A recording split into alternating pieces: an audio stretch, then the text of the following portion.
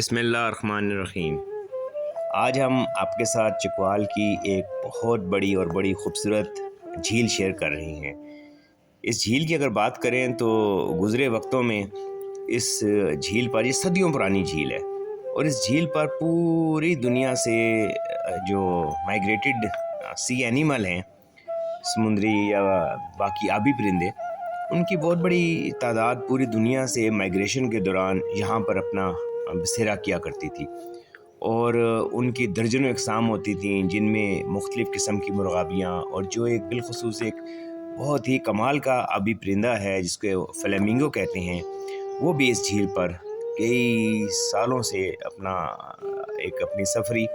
قیامگاہ بنایا کرتا تھا۔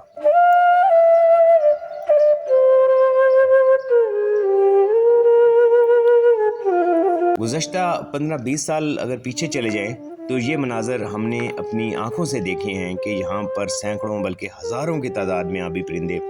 جن میں کچھ بہت ہی نایاب پرندے اور بہت مشکل سے نظر آنے والے پرندے بھی شامل تھے،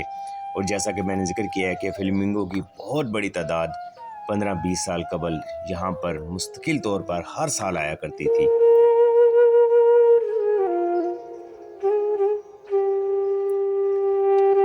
پھر کچھ ایسا ہوا کہ اس جھیل میں کچھ ایسے عوامل پیش آئے جن کی وجہ سے یہ دنیا کی ایک بہت بڑی خوبصورتی،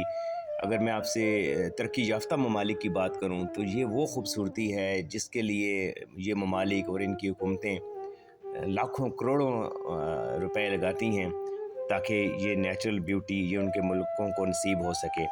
لیکن بہت ہی افسوس کا پہلو ہے کہ ہمارے ملک میں ان چیزوں پہ توجہ دیے جانے کے بجائے ہم اور طرف چل پڑتے ہیں،